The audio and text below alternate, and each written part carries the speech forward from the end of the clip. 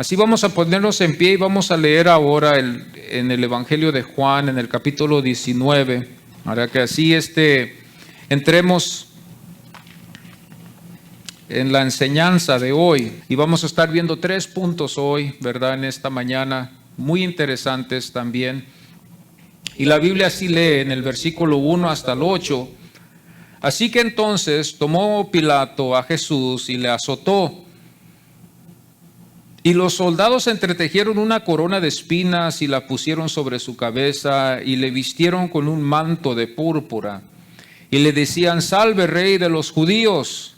Y le daban de bofetadas.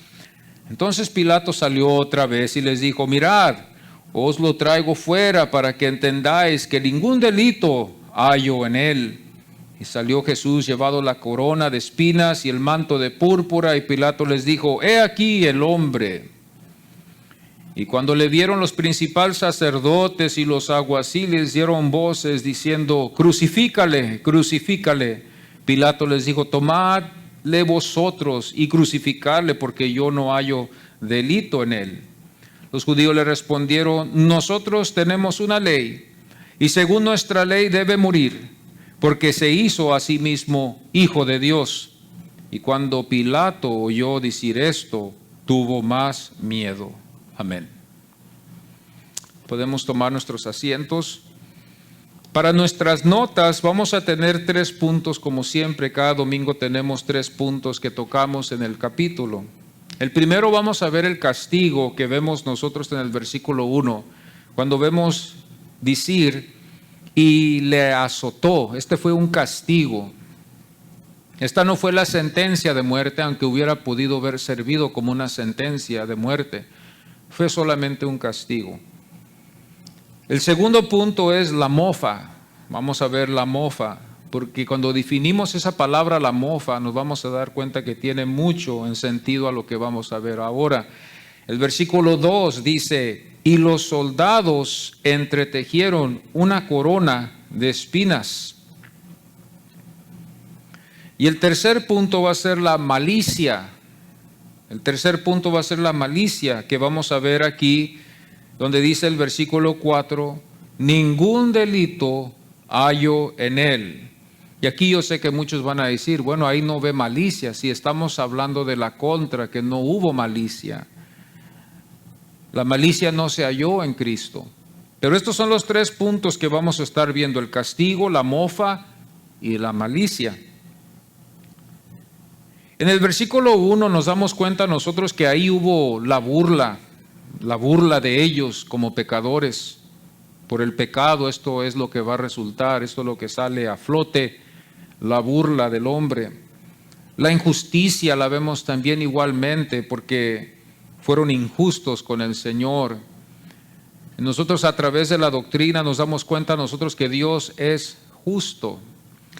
Y nosotros sabemos muy bien que la única justicia que nosotros merecemos fuera de Cristo, como hemos estudiado, es la muerte, el castigo. El hombre que no tiene a Cristo Jesús, la justicia de Dios es muerte para el hombre. Dios no está poniendo al hombre en un balance o en un lugar para pesar cuánto pecó y cuánto no pecó. La sentencia está sobre la cabeza del hombre, de todo hombre que ha nacido.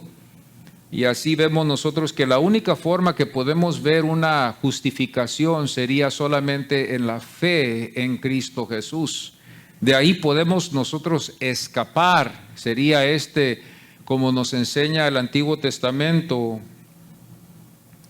el chivo expiatorio que se usó para que los pecados fueran llevados lejos y muy lejos del pueblo. Vemos también aquí en este versículo 1, en este punto del castigo, vemos la condenación también, porque vemos después que hay una condenación a base de la ley, a base de la ley. Nosotros nos damos cuenta que Dios no nos va a juzgar en ninguna otra forma, sino a base de la ley que le dio a su pueblo. A base de la ley que le dio a su pueblo, ellos también serán juzgados. A base de la ley que Dios dio a todos, esa será de donde Dios se basará con todo ser humano que esté delante de Él, a base de la ley. En el segundo punto también nos dimos cuenta también de la grande ignorancia que hubo por el pecado. Yo creo que la ignorancia también es un resultado del pecado, de nuestra naturaleza caída y depravada que está sin Cristo. Este es el estado del hombre. Nos admiramos nosotros a veces en algunos casos de tales personas, a veces decimos, esta persona cómo no puede entender la palabra de Dios, pero ese es el estado de pecado que hay en el hombre. A veces nosotros nos hacemos la pregunta, ¿cómo puede ser que yo entiendo y él no puede entender? ¿O cómo puede ser que yo lo veo así y él no lo ve así? La pregunta está, o la respuesta está, que esa es la depravidad del pecado. El hombre, si el Señor no le revela a su Hijo, el hombre está depravado, está en pecado, no puede ver estas cosas. Y esa es la ignorancia, la ignorancia. La inseguridad también de ellos es también otro resultado del pecado, la inseguridad, el temor. Ellos estaban inseguros de Cristo. Estos del grupo del Sanedrín estaban inseguros de lo que Él había anunciado. Estaban ellos con temor de perder su poder, su prestigio, de su autoridad que ellos tenían sobre el pueblo, porque claro, ellos tenían un dominio sobre el pueblo se sujetaba a ellos, ¿verdad?, conforme a la ley, como ellos la practicaban y conforme a las tradiciones que ellos hasta la fecha, ellos usan mucho, las tradiciones y los comentaristas conforme a lo que ellos, como ven que debe de aplicarse la ley. Por eso nosotros nos damos cuenta, hermanos, que también ellos justifican esto de haber llevado a Cristo a la cruz, por la razón de que a final de cuentas lo que tenía que suceder es que Cristo tenía que morir. Para ellos Cristo tenía que morir y no necesariamente tenía que morir en ser apedreado. Él podía haber muerto para ellos en esta interpretación que ellos lo veían en una cruz. Y por eso ellos lo llevaron a una cruz. El resultado y el resumen de todo esto es ellos querían la muerte de tal pecador que ellos así llamaron, que no lo fue. Cristo nunca pecó contra ellos. Cristo al contrario hizo bondad, hizo el bien. Cristo era el Hijo de Dios que vino aquí en el cuerpo de Jesús y que estuvo con ellos, Dios con nosotros. Mas ellos no pudieron ver esto. Esto tuvo que acontecer y muchos de nosotros llegamos en acuerdo, yo estoy en acuerdo con usted, esto tuvo que acontecer, pero no fue excusa para que ellos hubieran hecho lo que ellos hicieron. Algunos piensan que por la razón de que tuvo que acontecer, algunos pensamos que pues por esa razón ellos se van a excusar, pero no necesariamente. Entonces Dios tendría que perdonar a todos los que en ignorancia hacen así. Y ahí podemos caer muchos de nosotros. Ya sería entonces la ignorancia nuestro Salvador, porque ya Cristo no sería nuestro Salvador. Nuestro medio para salvación sería la ignorancia, no haber sabido, la religiosidad. Estos son los vehículos que se pudieran usar o se pueden usar ya al momento que nosotros empezamos a hacer excusas así de esa índole, dándole más valor a eso que a Cristo. Entonces por eso nosotros cuando glorificamos a Cristo, Cristo es el centro de la salvación, no es la ignorancia, no es el tiempo, no es porque así Dios quiso, porque entonces lo que estamos haciendo es valorizando eso en vez de la obra que Cristo hizo. Entonces nos damos cuenta que hubo ignorancia, inseguridad de ellos y también la malicia que hubo en ellos también. Esto es algo muy interesante porque el tercer punto habla de la malicia y la malicia es lo que no fue hallado en Cristo. Cuando nosotros leemos este capítulo nos damos mucha cuenta de que Pilato varias veces les dice a ellos que no haya delito en Cristo y ellos siguen aferrados a que sí. Ellos siguen empujando el juicio, siguen forzando el juicio hacia Cristo, quieren que Él lo aplique, pero Él sigue también queriendo convencerlos de que Él no ve ningún delito en Él, no ve ninguna amenaza de Él todavía. Y yo por eso yo creo que Cristo pudiera haber sido coronado rey al nivel de ellos, Quizás no como David, de ir en contra de los filisteos, como David, su antepasado, lo hizo, pero quizás él pudiera haber sido coronado rey y haber sido considerado como rey a un nivel de ellos, y al mismo tiempo haberles dado a ellos la palabra para que ellos la hubieran seguido.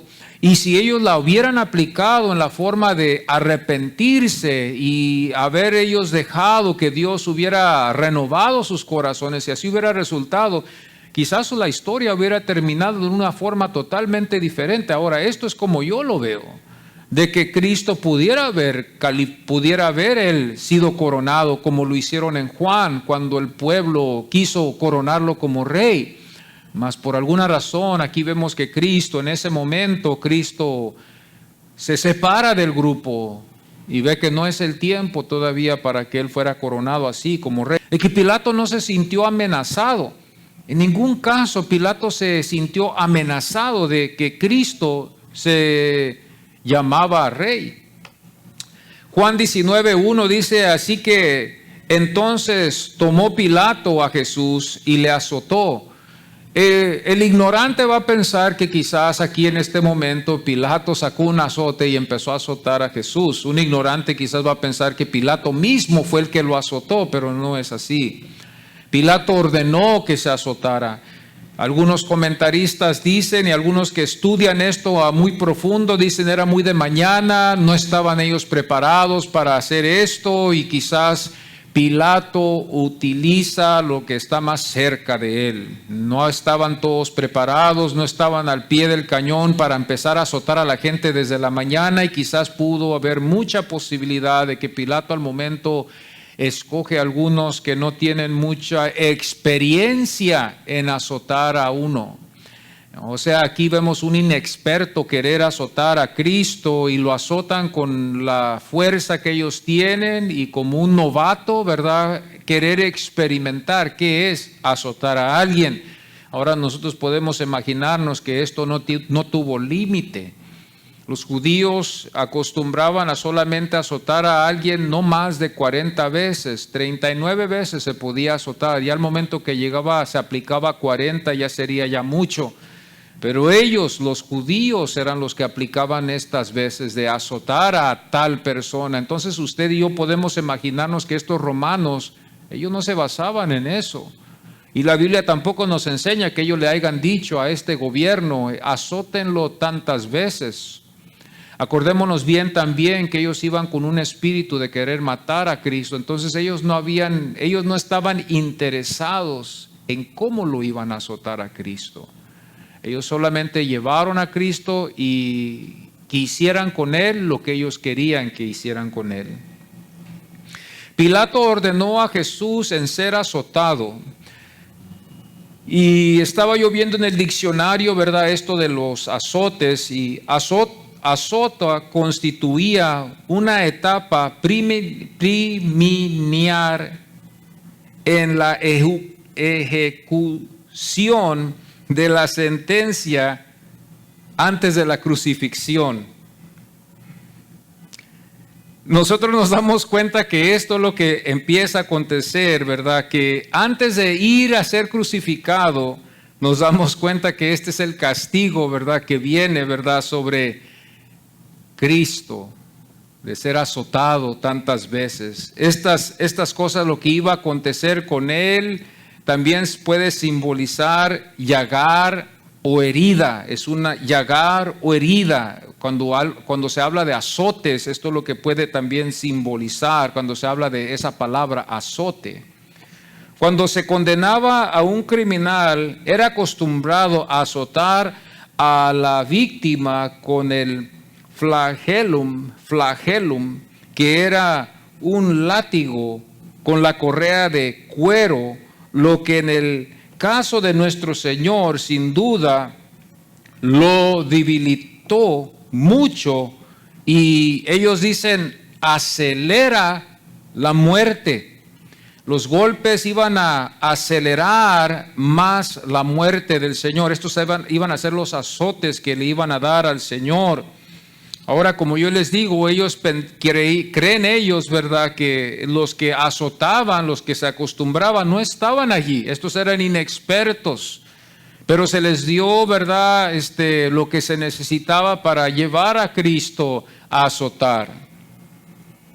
La costumbre de azotar a un víctima a la crucifixión por un hombre que también estudió esto mucho, ¿verdad?, un estudioso de esto, John Mattingly. Él escribió y dice: el criminal enjuiciado generalmente era antes que nada despojado a la fuerza de su ropa, luego era atado a un poste o pilar en el tribunal.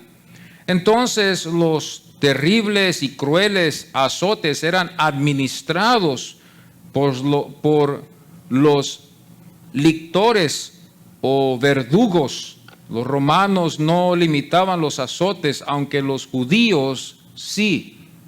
Entonces vemos esto de este estudioso que estudió un poquito más a profunda nosotros, que los judíos sí limitaban los azotes, 3 azotes, 4 azotes, dependiendo qué tan grave era el pecado, cómo había quebrado la ley, que merecía tales azotes. Quizás ellos tenían también un registro: quiebra tal día, tal a tantos azotes se le iba a dar a tal persona.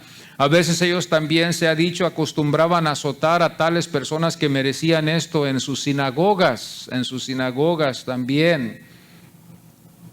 El brutal instrumento se usaba para azotar, se llamaba flagum. Mattingly comenta: puede notarse fácilmente que las tiras largas de hueso y metal, componentes de látigos, lacearían horriblemente la carne humana. Entonces esto es lo que estamos viendo de las tiras largas que llevaba este azote. Llevaba huesos y metales que estaban conectados en esas tiras, y al momento que esta persona era azotada, tal persona que se azotaba así el crimen, nosotros podemos imaginarnos lo que iba a acontecer. Una historia por este obispo Eusebio de Cesarea dejó algo él para nosotros, este obispo, ¿verdad?, de la iglesia, que también nos deja la historia también. Y dijo, refiriéndose a los azotes infligidos por los romanos, aquellos que iban a ser ejecutados, las venas de las víctimas quedaban al descubierto y los miembros, tendones y intestinos quedaban totalmente expuestos. Esta es la gravedad a lo que podía llegar. Sí, la piel se rompía y todos los miembros podían ser vistos, ya después los miembros internos, aún hasta llegar al punto de que hasta los intestinos, ¿verdad?, también pudieran ser visibles. Esta es la gravedad de este azote, de este castigo que nosotros, vamos a decirlo así, creemos que Cristo pasó antes de llevar la cruz a Gólgota. Fueron los azotes que el Señor iba a llevar. Algunos han dicho que quizás fueron 40, y he oído a veces algunos casos que algunos han dicho también que fueron 39, y que cada azote que el Señor llevó fue por cierta enfermedad o para cierta pobreza. Algunos se han atrevido aún a decirlo así, ¿verdad?, a base a lo que los judíos se basaban, pero nosotros no estamos seguros cuántos azotes Cristo recibió.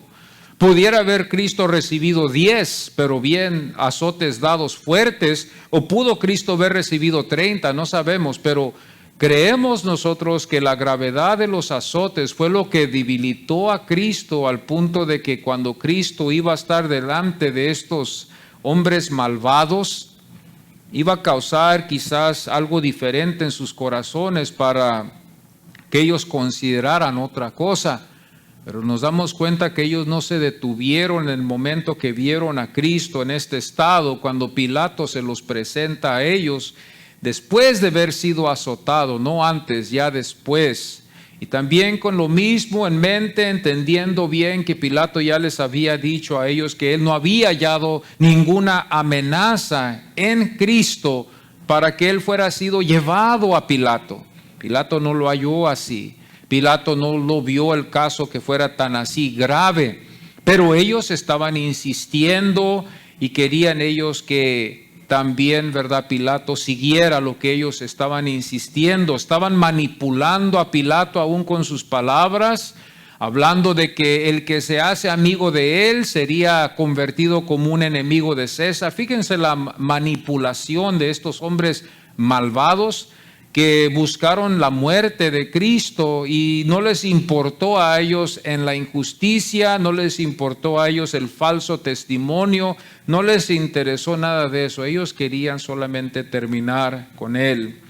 John Mattingly, otra vez citando a John Peter Lang, él cita a este John Peter Lang en su libro The Life of the Lord Jesus. Dice: los sufrimientos de Cristo se han conjertado, que los azotes que le propinaron sobrepasaron la severidad de lo normal. Aun cuando normalmente eran lictores los que administraban los azotes, Lang concluye que puesto que no había lectores o lictores a disposición de Pilato, él usó a los soldados. Así, por causa del carácter de estos viles y bajos soldados, se puede suponer que excedieron la brutalidad que normalmente demostraban los lictores. Entonces podemos ver nosotros en este caso la gravedad de este castigo. El versículo 2 también nos damos cuenta también donde dice la Biblia: y los soldados entretejieron una corona de espinas. Fíjese bien lo que había en el corazón de estos verdugos. Cuando después de que el Señor había sido azotado, después de todo lo que ellos hicieron, podemos solamente imaginarnos la gravedad de ello y el dolor que el Señor llevó en su cuerpo. Y con la ayuda del Espíritu Santo sentir alguna clase de lástima también al mismo tiempo por nuestra culpa. El Señor fue así llevado. Pero también podemos ver también lo que es el hombre también sin la ayuda de Dios, que sigue aumentando más el castigo. Y el castigo sigue después, lo que sigue después es la burla, la mofa de ellos. Cuando vemos nosotros que ellos entretejieron una corona de espinas, nos damos cuenta nosotros que esa corona simbolizaba que él era un rey, pero para ellos era esa clase de rey, era una burla de lo más profundo que se pueda ver.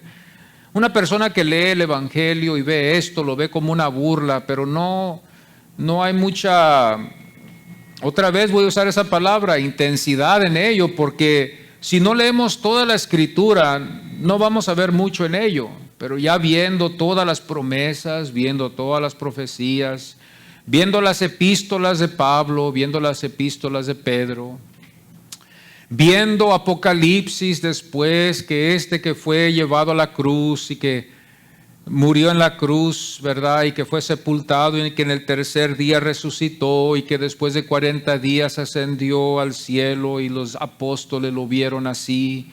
Y después de esto vemos nosotros que el Espíritu Santo se derramó. Podemos ver nosotros también la intensidad aquí también en esta burla que también el Señor no mereció.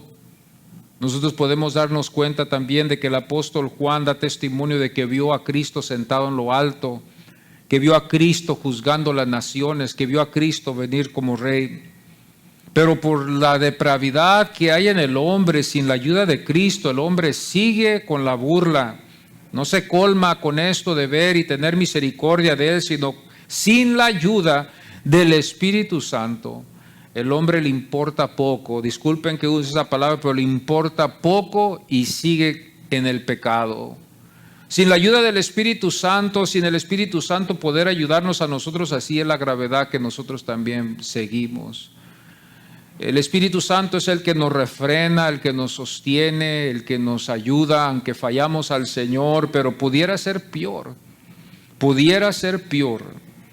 Pero el Espíritu Santo es el que ayuda a la iglesia para no cometer las gravedades que este grupo de hombres cometieron. Usted dirá, estos fueron los más peores de todo el mundo. Pues de ellos nosotros somos también. No hay ningún mejoramiento en el hombre que podamos decir hay una cierta clase. ¿Por qué digo yo esto? Por la razón de que Génesis nos demuestra que todos venimos de Adán y todos venimos de Eva. Todos fuimos, como se ha dicho, hemos sido cortados con la misma tijera. No hay diferencia para que algunos, y en algunos casos vemos en el mundo gente orgullosa, gente vanidosa, que dicen, oh, yo nunca haría yo eso, se admiran de estas cosas. Pero es triste ver, ¿verdad?, que eso es una mentira, es algo que el hombre usa para querer cubrir sus pecados, ¿verdad? O su ignorancia se puede reflejar en ello cuando el hombre dice, yo jamás haría eso. Si yo hubiera estado con Cristo, yo nunca hubiera hecho eso. Mentiras. Porque nosotros hubiéramos hecho lo mismo que estos discípulos, hubiéramos negado al Señor, hubiéramos huido.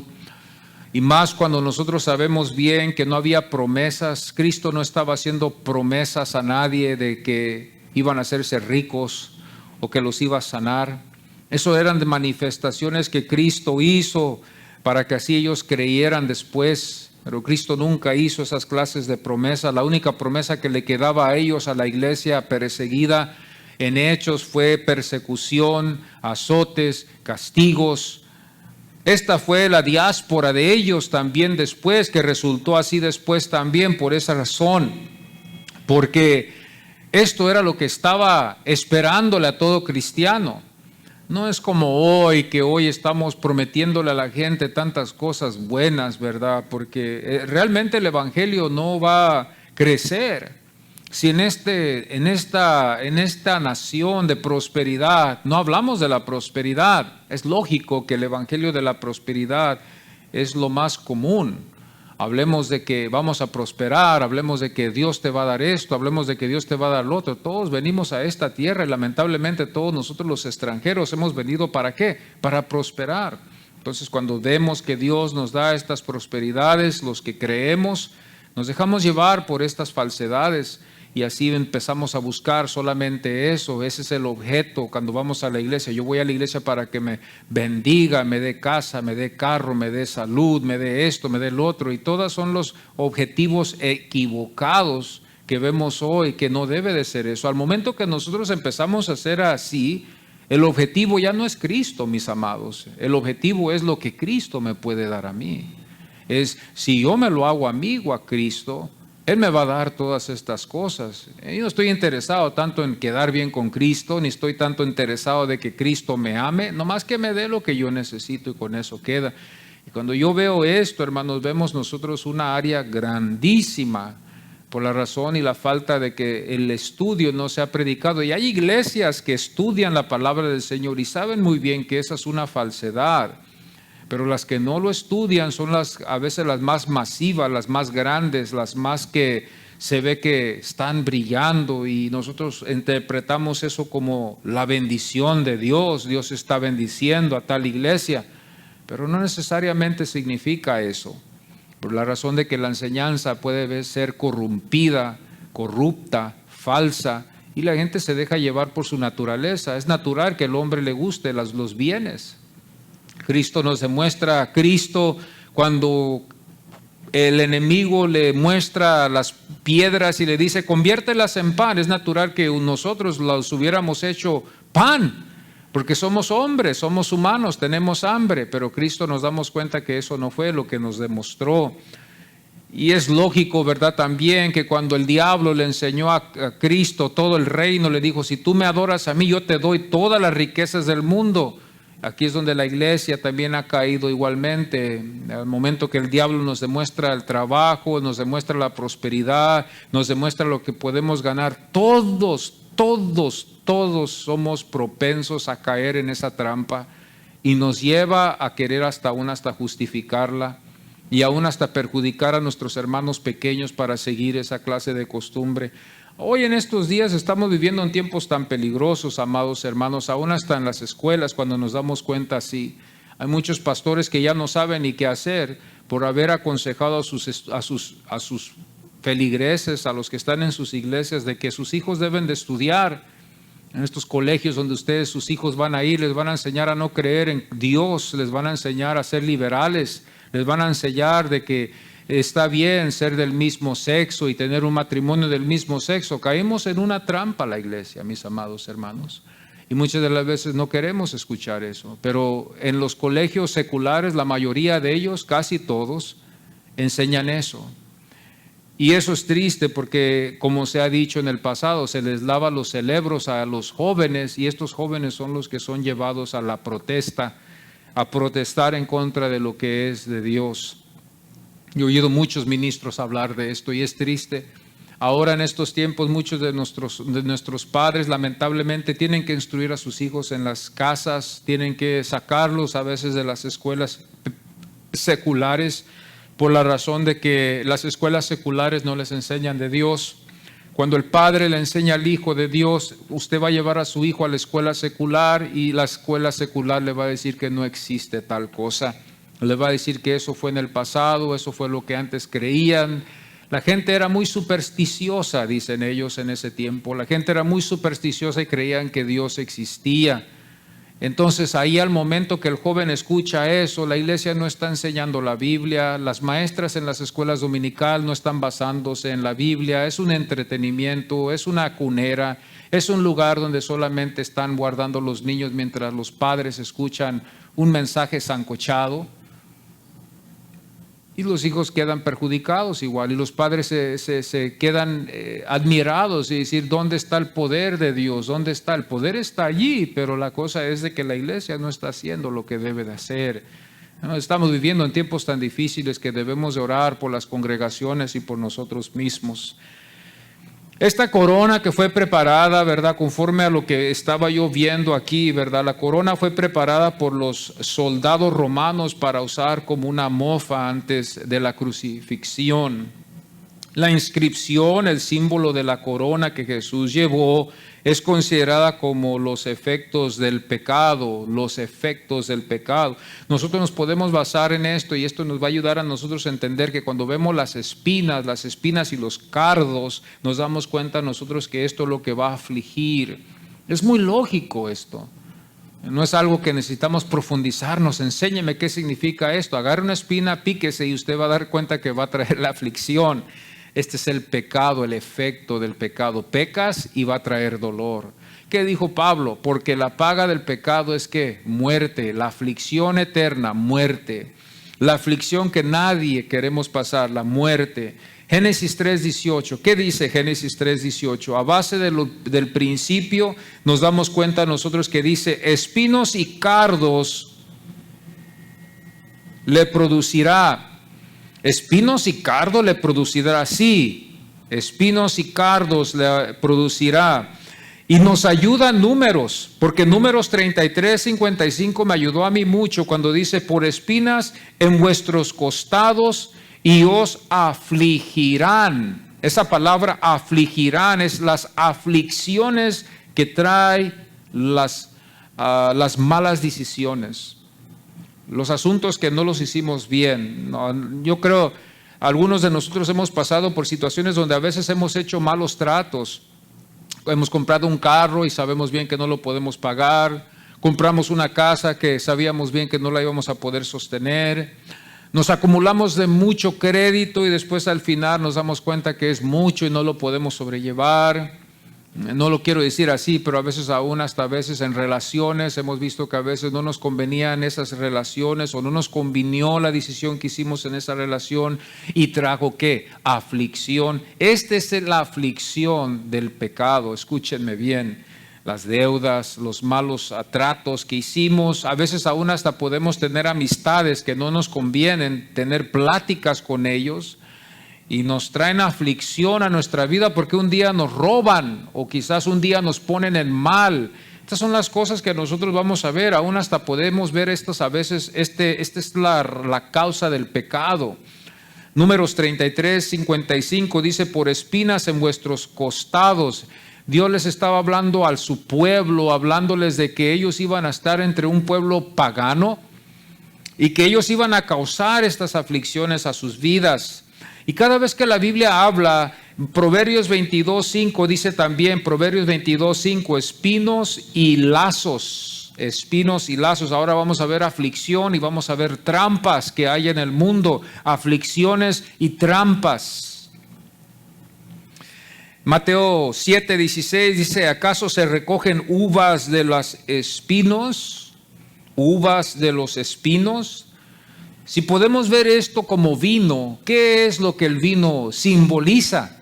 El vino simboliza gozo. ¿Y qué es lo que simboliza espinas? Espinas simboliza, ya que vemos esto, aflicciones. El vino trae gozo, las espinas traen aflicción. ¿Acaso vamos a buscar el gozo entre las aflicciones? Dice el Señor. Sería ridículo, sería una necedad de que nosotros sabemos ya hacer el bien y buscamos el bien en el mal. Pero esto puede ver en el hombre. Mateo 13:7 dice, y parte cayó entre espinos y los espinos crecieron. El Señor habla del sembrador. Va sembrando, avientando semilla. Los evangelistas van llevando, divulgando el evangelio. Y a veces las semillas caen entre espinos donde hay aflicción. Pero en vez de resultar en mejor, vemos nosotros que las aflicciones no cambian. A veces hay casos así, hay personas que van a la iglesia y esto ya no sé qué podemos hacer hoy en estos tiempos cuando nosotros tenemos ya esta reputación.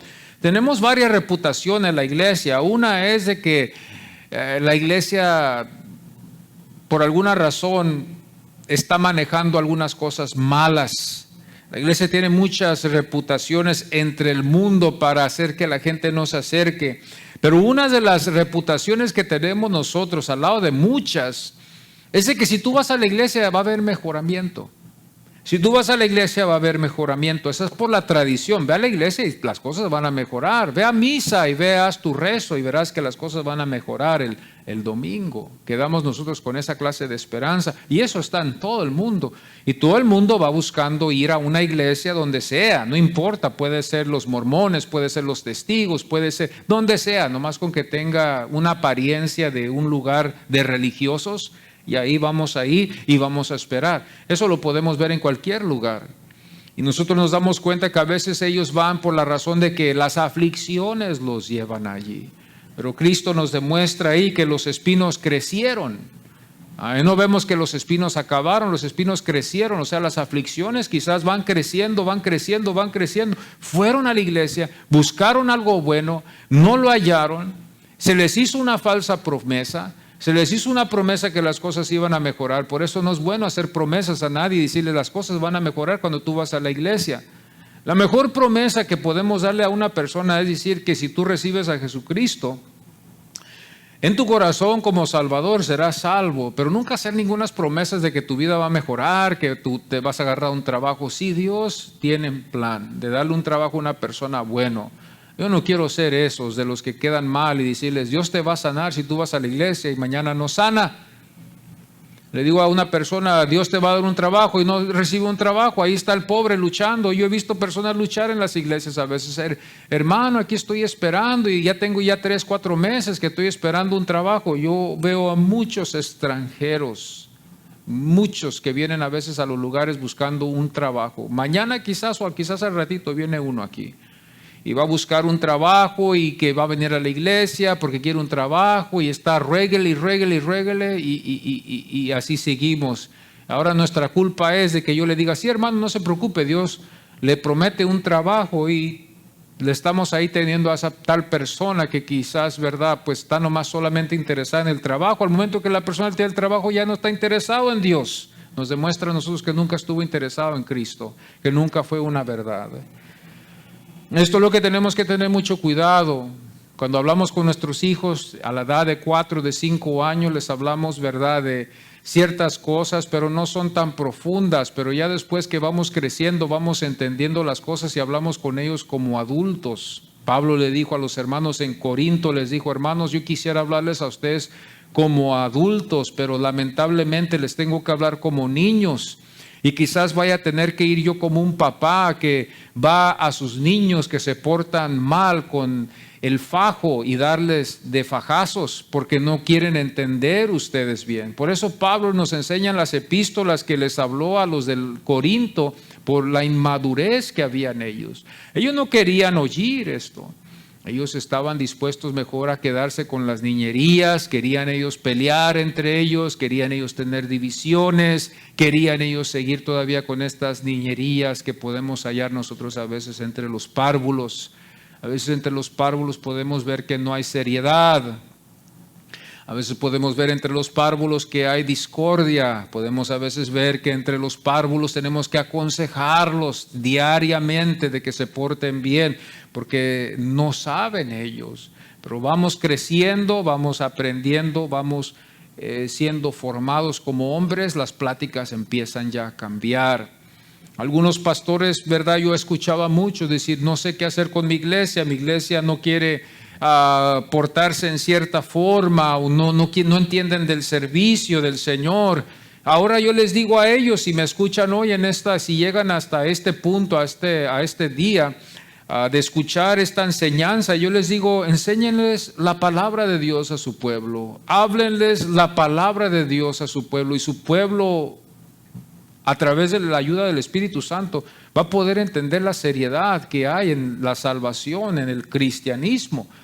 Y no van a andar como niños pensando que todo está bien, que lo haga papá. Esa es una inmadurez de un niño, decir que papá tire la basura, que papá lave los trastes, que papá vaya a trabajar, que papá me compre eso. Eso sería una inmadurez. Ya el niño cuando crece y es adolescente se le enseña las estructuras, se le da un fundamento en cómo debe comportarse, las responsabilidades que hay en el hogar.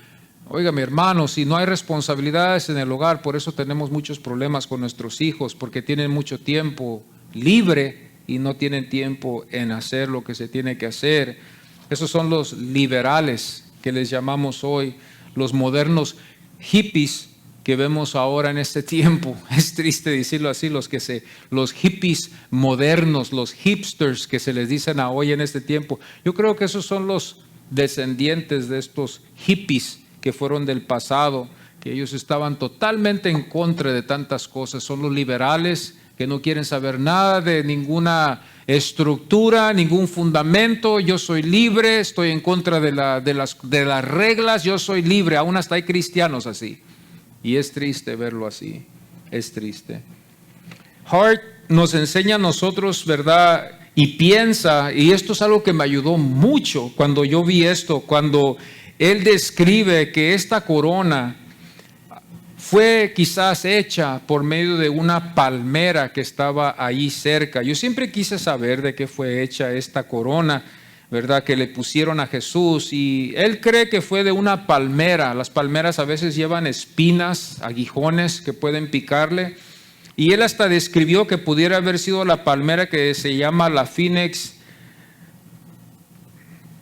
dactyliferis.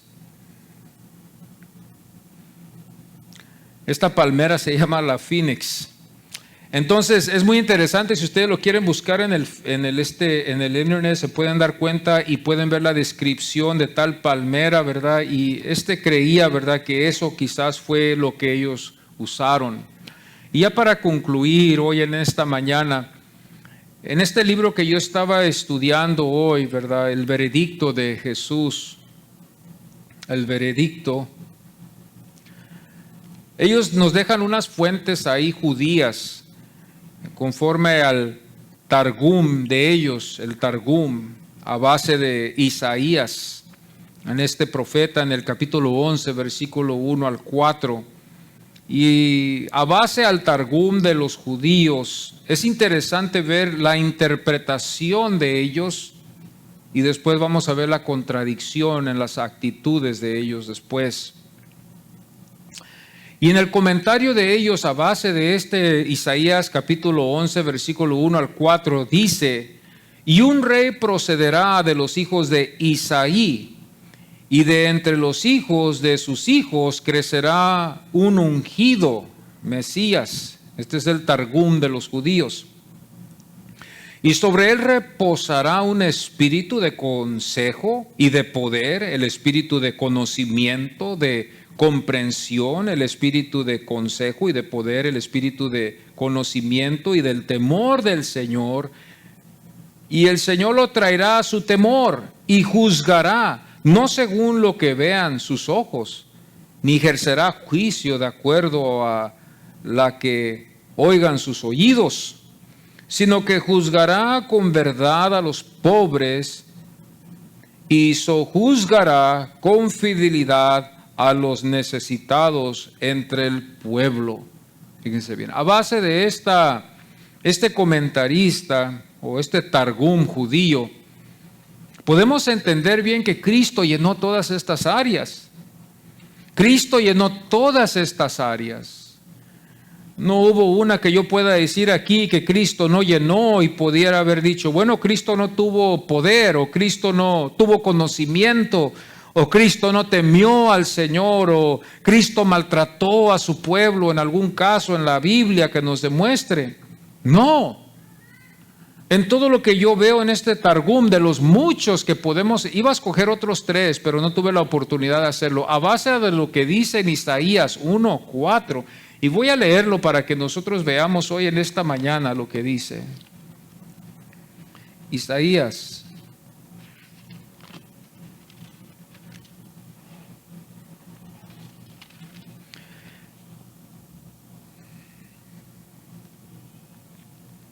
Saldrá una vara del tronco de Isaí y un vástago retoñará de sus raíces.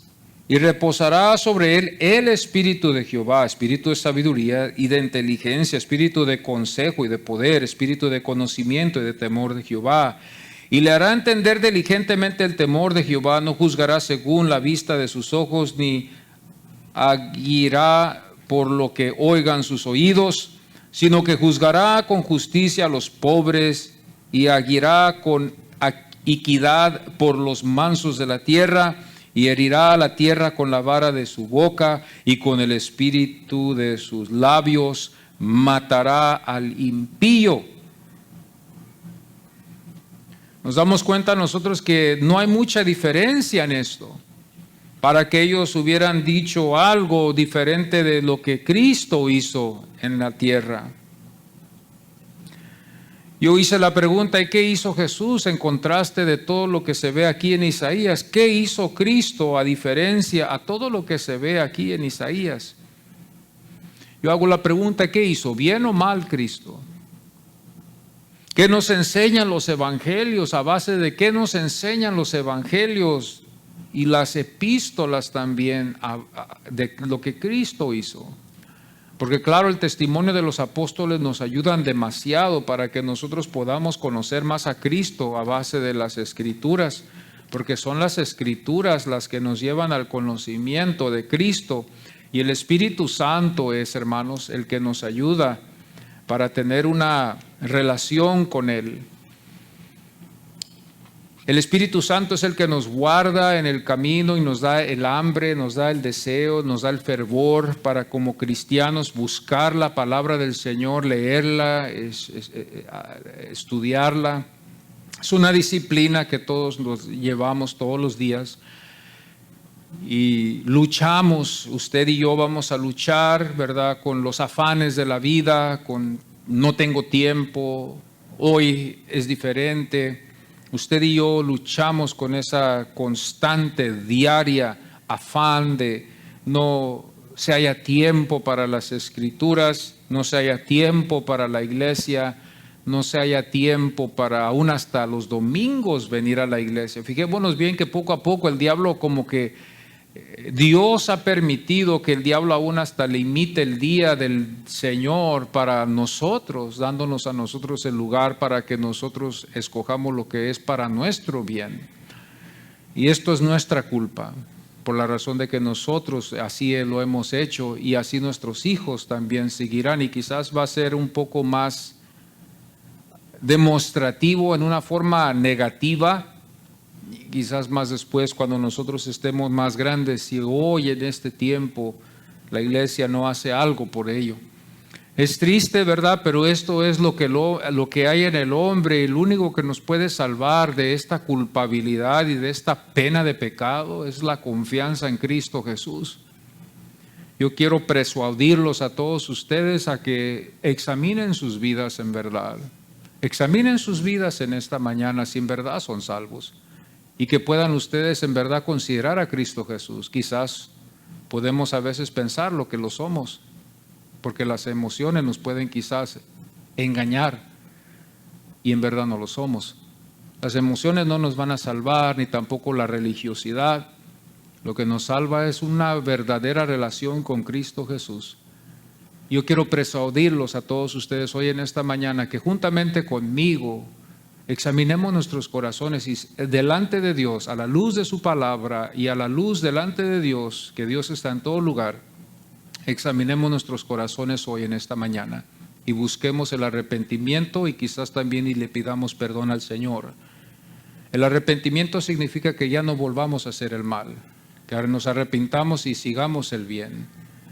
Usted va a ver que esa es una lucha y ahí es donde verdad nos demuestra a nosotros el Señor si somos o no somos. Es una lucha, yo lucho juntamente con ustedes, es una lucha constante. Esta batalla no es contra carne y sangre, sino es espiritual. Es una lucha constante. El apóstol nos dice, ceñíos todos los días con el armamento del Señor y en el Señor vamos a tener la victoria, no en usted, en el Señor. Póngase el armamento del Señor y no se lo quite ya. Déjeselo puesto hasta que esté delante del Señor hasta el final. Vamos a ponernos en pie y vamos a pedirle al Señor que nos ayude. Padre Santo, te damos muchas gracias en esta mañana, Señor, por tu Espíritu Santo que está aquí con nosotros hoy en esta mañana. Te damos gracias que a la luz de tu palabra, Señor, pone convicción en nuestros corazones y nos demuestra, Señor, estamos desnudos delante de ti, Señor. A través de todas las actividades que hay en el mundo, Señor, yo soy culpable, Señor, en caer en ello, Señor, a ser engañado en ello. Y por eso en este momento yo, Señor, te pido la ayuda para que los afanes de aquí, de esta vida, y los placeres y las riquezas y los sueños que el diablo nos pone, así como lo hizo con usted, Señor, que yo no caiga en ellos, Señor, y pueda darte a ti el lugar. Ayúdanos, Señor, si esto es en verdad, Señor, ayúdanos a cada uno de nosotros, Padre. Somos culpables, Señor, de rechazar muchas cosas, somos culpables de excusarnos de tu palabra, somos culpables de justificar el tiempo nuestro, Señor, y haciendo más tiempo para nosotros que para ti, Señor. Somos culpables de entretenernos en vez de estudiar tu palabra, Señor. Ayúdanos, Padre Santo, Señor. Yo soy culpable de ellos, Señor, y en este momento yo me arrepiento, Señor, si he fallado, si he cometido un error, y te pido que nos ayudes a los que juntamente conmigo lo han hecho, Señor. Como pecadores hemos caído, Señor, y no queremos jamás volver a hacerlo, Señor. Queremos cambiar y queremos dejar que tu Espíritu Santo sea el que nos dirija. Líbranos de todo engaño que hay hoy en este mundo, Señor, aún hasta en lugares donde religiosos se congregan, Señor. Ayúdanos a no confiar en estos profetas falsos que hay, Señor, en la tierra, como hubo también en el tiempo de Israel, que proclamaban paz, paz. Y Isaías les dijo, no hay paz, hay calamidad y va a venir un juicio. Señor, ayúdanos, Padre, a no caer víctimas con estos falsos profetas, Padre. Ayúdanos y líbranos y guíanos, Señor, porque hay mucha falsedad y nos queda a nosotros solamente escoger. Y ayúdanos tú, Señor, solamente en eso, Padre. Ayúdanos, Señor, en esta mañana. Gracias te doy por tu bendita palabra que nos ha redargüido hoy, Señor. Gracias, Padre. Amén.